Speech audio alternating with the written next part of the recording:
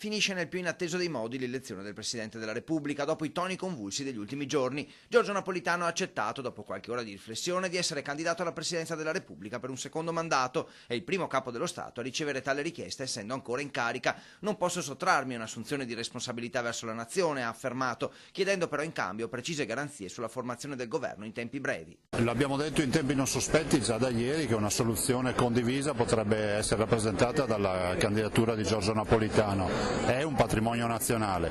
Dall'altro c'è da dire che vediamo in questa candidatura e la sua elezione la possibilità di avere un governo di larghe intese. Furiosa la reazione del Movimento 5 Stelle, a partire dai grillini veneti, scesi subito in piazza a Roma contro quello che definiscono un colpo di Stato che ha affossato la candidatura di Stefano Rodotà. Nel PDL commenti positivi, come quello del vicepresidente della Giunta Veneta, Marino Zorzato.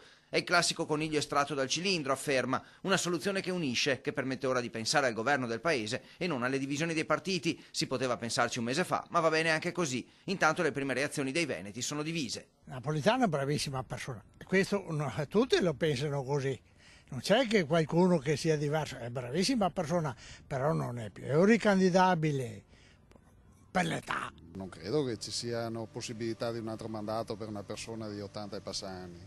Quindi è troppo vecchio secondo lei? Spero di no, spero che lo lasciano libero e che vada per la sua strada, insomma si rola la pensione anche lui. Io essendo napoletano e sono in questa terra che mi ha accolto da 10 anni, posso essere solo contento. Numerose le visite di Giorgio Napolitano in Veneto, da quella del marzo 2007 a Treviso, quando il governatore Galan affermò che il Quirinale, con Napolitano, aveva fatto pace con il Veneto, incontrando gli imprenditori del nord-est, all'ultima in ordine di tempo nel settembre scorso a Venezia e Mestre.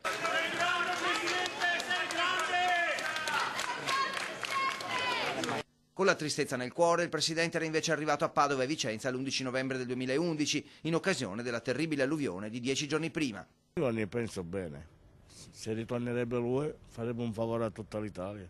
Le piace quindi Napolitano? Sì, tranquillo. Mi sembra che sia un uomo di famiglia, diciamo, per noi sarebbe come un nonno, uno che sa fare e ha fatto cose bene. Ormai è vecchio, troppo anziano, ci vorrebbe uno più giovane. Ora va sciolto il rebus della formazione del governo, con il mondo della politica che detta le prime condizioni. L'unica pregiudiziale che viene messa dalla Lega è quella di non avere Amato come Presidente del Consiglio.